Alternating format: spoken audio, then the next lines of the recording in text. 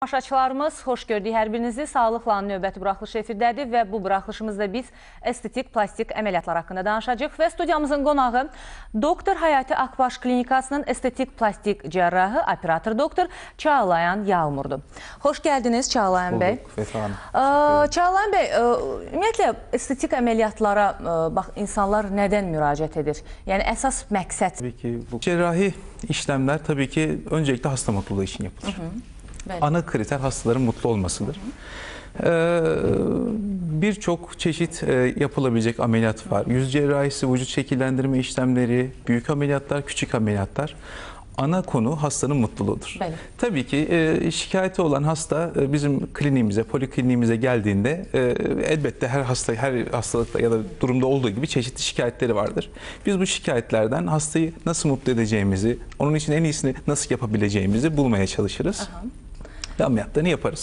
Əslində, belə deyək, estetik əməliyyatlara insanlar bir mənalı yanaşmırlar. Düşünürlər ki, məsəl üçün, bəlkə də heç gərək deyil. Nədən gedirlər? Kritika edirlər belə insanları bəzən. Amma deyirsiniz ki, insan mutluluğu üçün bunu edirik. Evet, çünki bəzən elə problemlər olur ki, o qüsur, deyək, həmin insanı psixoloji baxımından çox gərginliyə sala bilir. Sosial həyatına, şəxsi həyatına, iş həyatına, hər bir təsirin, yəni mənfi təsir göstərə bilir. Tabii ki efendim. Və məsəl üçün elementar burundan əgər danışsaq, çox elə insanlar var ki, burnunda problem olduqda, hətta funksional olduqda və estetik olduqda mənfi təsir göstərir. Buna görə yəni müraciət edirlər insanlar. Elbette. Şimdi ameliyatlar tabii ki mutluluk için yapılmakta ama tabii ki her ameliyatın hem estetik dış görünüş için hem de bir de vücudumuzun fonksiyonları anlamında etkileri vardır. Bunun ameliyatında bu çok ön plana çıkar. Öncelikle tabii ki dış görünüşün güzel olmasının yanı sıra yapılacak ameliyatların nefes alma gibi önemli bir fonksiyonu olan burun bölgesinde de etkili olması gerekir. Burunda bu ön plana çıkar. Hastalarda bu hem estetik hem fonksiyonel olan işlemleri aynı anda bir ameliyatta yapmak çok önemlidir. Bu açıdan ameliyatların önemi artar. Tabii ki sorulabilecek sorular da çoktur hastalar tarafından.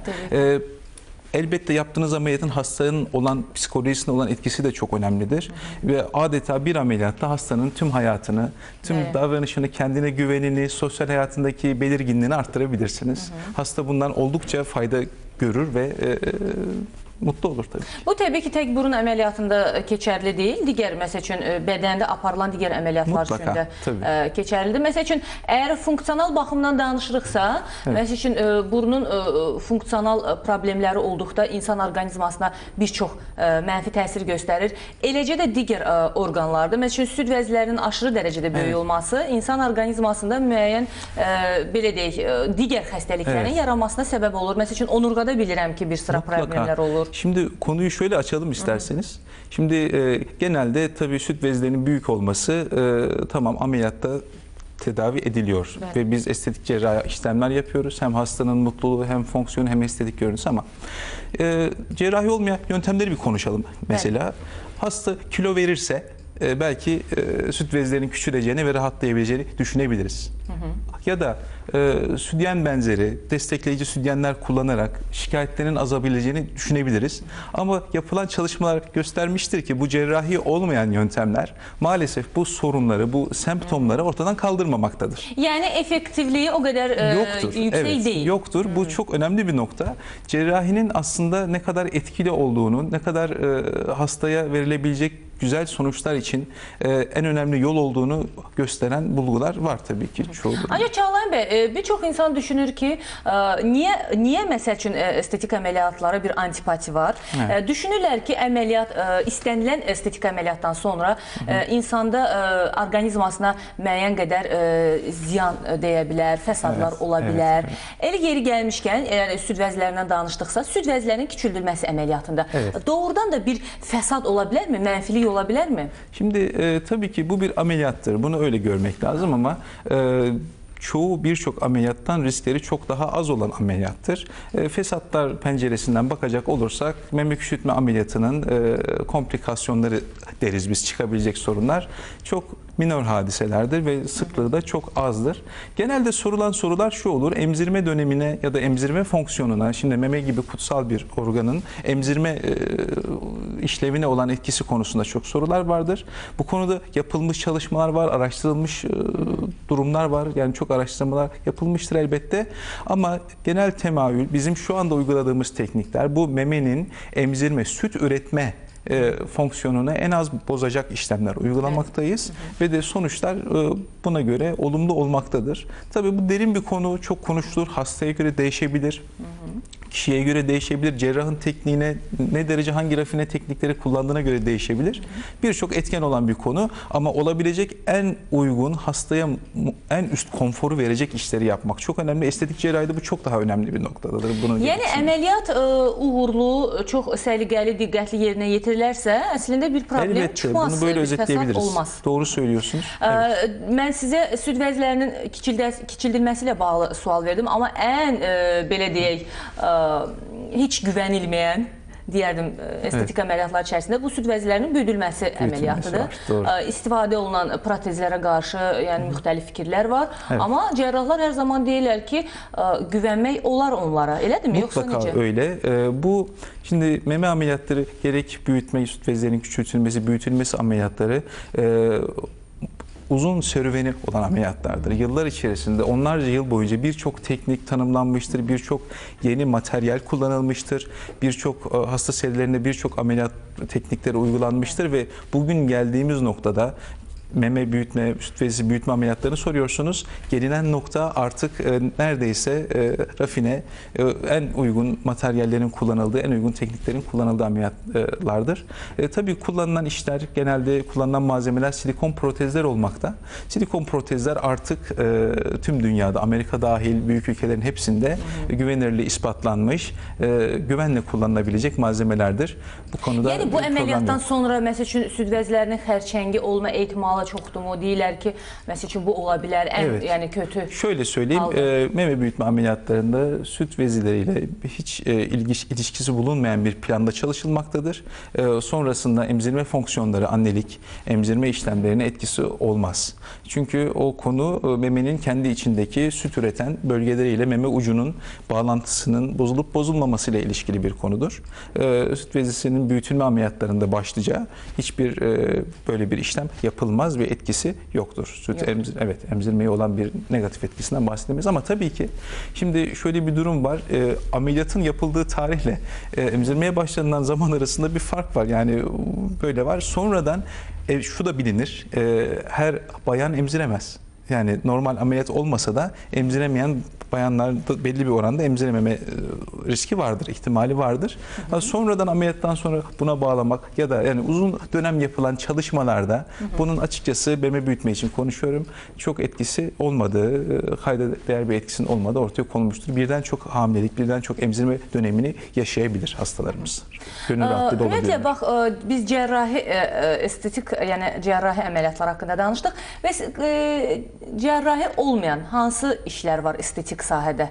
Yəni məsəl üçün üz gençləşdirmək üçün veya bədəndə nələrsə istifadə edə bilirsiniz? Bugün geldiğimiz noktada artık o kadar çok teknik var ki, çünkü genel cazibe şu yönde: hem az zamanda olsun, hem ucuz olsun, mesela ana faktörler. Bunlar hem ağrısız olsun ve hemen kısa dönemde işime başlayayım. Tabii ki özellikle yüz gençleştirme, yüz güzelleştirme konusunu ele aldığımızda çok var. Karşımıza çok çıkıyor. Bunları hep konuşuyoruz. Botoks, yüz dolguları, işlemleri çok sıklıkla yaptığımız işlemlerdir. Bunlar cerrahi olmayan, ufak az zamanda yapılan ve hemen etkili olan işlemlerdir.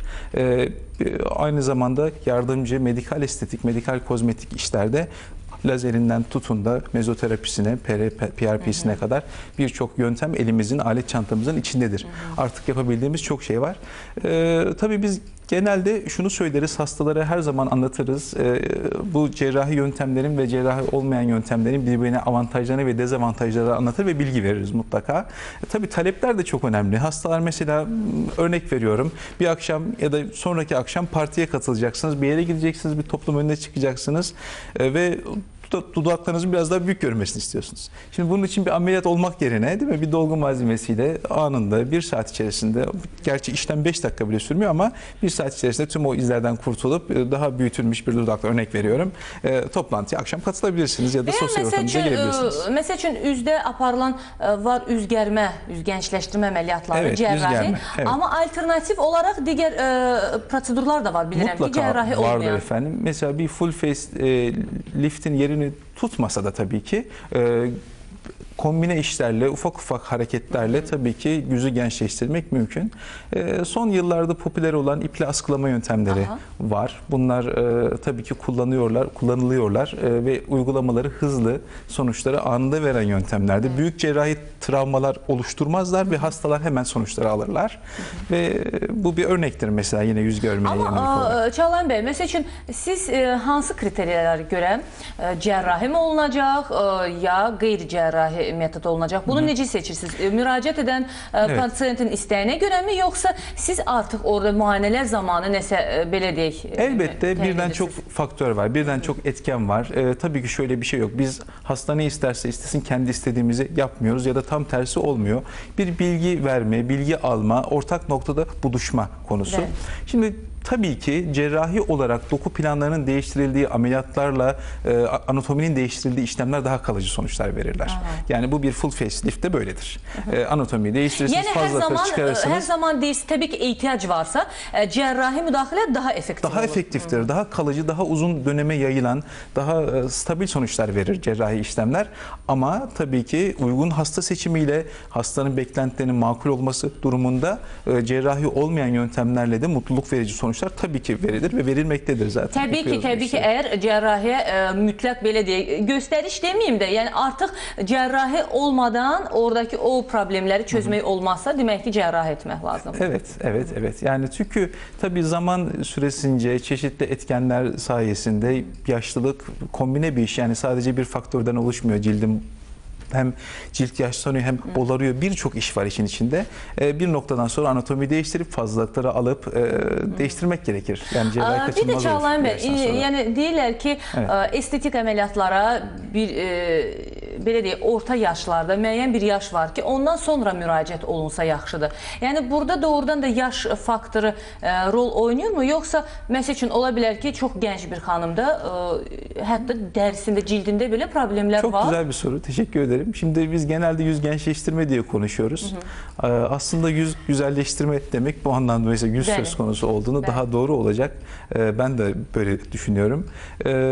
Elbette bir yaşı beklemek, daha güzel görünmek için doğru değil. İnsanın aklında daha güzel görünmesi için bazı fikirler varsa, bu fikirler makulse, cerrahi olarak mümkünse, ortada ameliyat olmayı ya da işlem yaptırmayı engelleyecek herhangi bir durum yoksa elbette işlemler yapılabiliyor. Herkes bilir ki genç yaşlarda insanlarda belə deyək, dəri ilə bağlı olsun veya digər bədənin digər üzvləri olsun, problemlər daha az olur. Ama bir de bir genetik faktor var ki, genetika da çok büyük rol oynuyor. Elə xanımlar var ki, elə bəylər var ki, baxırsan ki gençler ama digər orta yaşlı olan insanlardan daha çok problemleri var. Yani bunu eğer nəzərə alsaq, o zaman müraciət etmək olar. Tabii ki mutlaka burada hastalarımızın kendileri hakkındaki fikirleri çok önemli, kendi beklentileri, arzuları çok önemli. Tabii ki estetik cerrahi işlemlerin hasta, tekrar ilk başta ilk cümlemde olduğu gibi söylüyorum, tekrar mutluluk için yapıldığını unutmamak gerekir. Hastaların kendiyle ilgili daha güzel olabileceğini düşündüğü şeyleri cerrahlarıyla konuşup mümkün olup olmadığını öğrenmeleri gerekir. Tavsiyeler almaları gerekir. Bu iş bir konsültasyonla rahatlıkla hallolur. Bir görüşme çok önemli. Yani Bəli, əslində çox gözəl bir məqama toxundunuz. Evet. Məsəl üçün estetik əməliyyat keçirmək istəyənlər bilirik ki, öncədən bir plastik cərrahi gəlməmişdən öncə internetdə araşdırırlar və yaxınlarından əməliyyat keçirmiş insanlardan müəyyən qədər informasiya əldə edirlər. Amma bəzən onları yanlış informasiya ilə də belə deyək, informasiya da verirlər. Çünki hər kəsdə hər şey individual ola da bilir. Yəni mesela bir burun əməliyyatını bir insan bir cür keçirə bilər. Yəni əməliyyat sonrası, ama diğer insan daha rahat, yüngül. Ben bu noktaya çok önem veriyorum. Daha yaxşısı cerraha müraciət edib. Mutlaka. Birbaşa bu noktaya çok önem veriyorum. Yani. Şimdi burada tabii ki bu yayınlarda Tabii ki elbette bilgilendireceğiz, ameliyatlar hakkında bilgi vereceğiz ama estetik cerrahiye genel yaklaşım olarak bu ön yargıların ortadan kalkması çok daha önemli bizim için. Çünkü ameliyatlar konusunda olumsuz ön yargıları olan, estetik cerrahi konseptiyle ilişkili olumsuz ön yargıları bulunan insanların tabii ki bize olan yaklaşımları daha olumsuz olur ama olay öyle değil. Olay mutlaka her kişiye yönelik, her kişiye özel ameliyatların yapılmasıyla ilişkili bir konu ve tekrar söylüyorum, mutluluk. Bəli, ona görə estetik əməliyyat planlaşdıranlar təbii ki, mütləq birbaşa estetik plastik cərraha müraciət edib istənilən informasiyanı oradan əldə edə bilərlər. Bax, yer gəlmişkən elə burun əməliyyatı ilə əgər bağlı danışsaq, hər kəsi maraqlandırır. Burun əməliyyatından öncə hansı müayinələr lazımdır? Məsələn, bir plastik cərrah əməliyyat öncəsi o pasientlə nələri danışır, nələri planlayır? Məsələn, ən çox burun əməliyyatında o burunun şəkli maraqlandırır tabii ki. Bunu necə edirsiniz? Burun çok derin bir konu, çok konuşulan bir konu. Tabii ki hastayla yapılan görüşme esnasında hastaya sorulur. Burunun hangi bölgesiyle ilişkili değişmesini istediği noktalar vardır. Onların hakkındaki fikirleri nedir? Bunu cerrahın bilmesi çok önemli bir. Ardından tabii ki bir uygun standart fizik muayene yapmak gerekir. Hastayı bilmek gerekir, anlamak gerekir. Burnun dudakla yaptığı açı, örnek veriyorum, alınla yaptığı açı ne kadar, o yüze göre uzun mu, geniş mi, dar mı, nefes alma fonksiyonları açısından durumu nedir?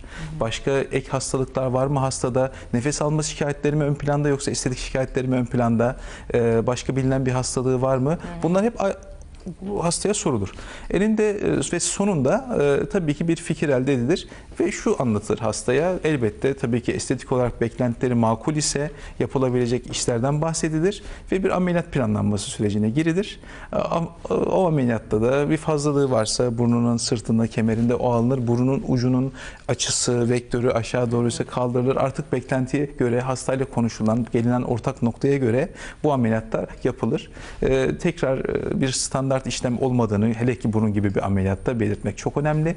Hastalara anlatılır. Onun yüzüne uygun bir burnun onun için en iyisi olacağını, asla başkasına ait bir burnun, bir ünlü bir yıldıza ait burnunun, hep bunlar konuşuluyor çünkü standart bir güzel burun diye bir şey olmadığını, onun yüzünün ne uygun burnun kendi burnundan ancak imal edilebileceğini, yapılabileceğini, üretilebileceğini anlatırız hastalara.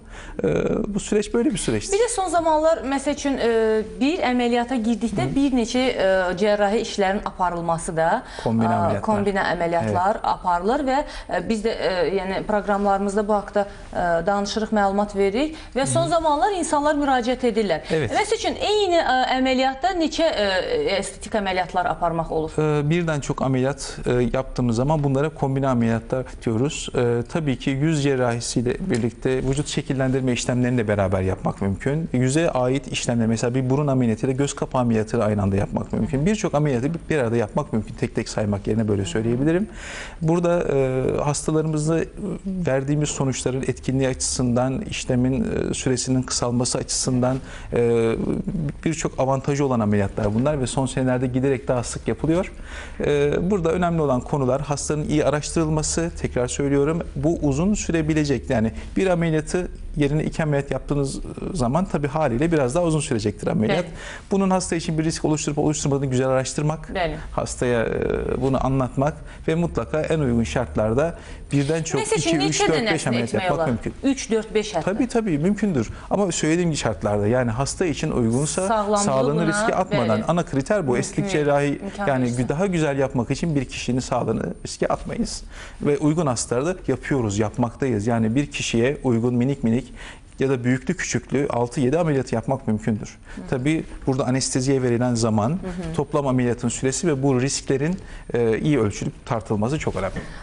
Bu zaman dediniz əməliyyatın müddəti, zamanı uzanır. Evet. Amma reabilitasiya vaxtı, yəni əməliyyat sonrası necə keçirirlər? Ağır mı keçirirlər? Çünkü bir neçə əməliyyat konu şu, hayır ağır diye bahsetmek doğru değil. Konu şu, estetik cerrahide özellikle ameliyat sonrası dönemin konforu çok önemli. Çünkü insanlar daha güzel, daha mutlu olmak için ameliyat oluyorlar. Burada da normalde 1 ya da 2 gün içerisinde, en fazla 2 gün hastaları tutarak ameliyata bağlı olarak kullanılan farklı yöntemlere göre hastaların ameliyat sonrası dönemlerindeki durumları değişse de 2 gün içerisinde en fazla hastaneden çıkarlar. Normal hayatlarına dönmeleri bir hafta, 5 gün, Əslində belə deyək, məsəl üçün demək olar ki, bir əməliyyat keçirmiş və ya bir neçə əməliyyat keçirmiş insan eyni müddət çəkir onların reabilitasiyası. Mən belə başa düşürəm. Tabii, yəni əgər bir burun əməliyyatı keçirmiş insan bir həftəyə, 10 günə sağalırsa, kombinə olmuş əməliyyatlarda da o qədər çəkir. Sonuçta əslində avantajı çoxdur. Çok güzel vurguladığınız gibi bir burun ameliyatı için yaşanacak travmayla o süreçte bir burun ameliyatı, bir göz kapağı ameliyatı, bir burun ameliyatı, bir göz kapağı ameliyatı, bir yağ dolgusu, yüzey. Bunlar aradan çıkarılmış olur. Hasta için elde edilecek sonuçlar 1+1=2 yerine 1+1=3, 1+1=4 gibi olur. Hani matematik yoluyla anlatacak olursam sonuçlar daha güzel, daha etkili sonuçları daha hızlı vermek kombine ameliyatlarla mümkündür. Mümkündür. Dikkat edilerek. Biraz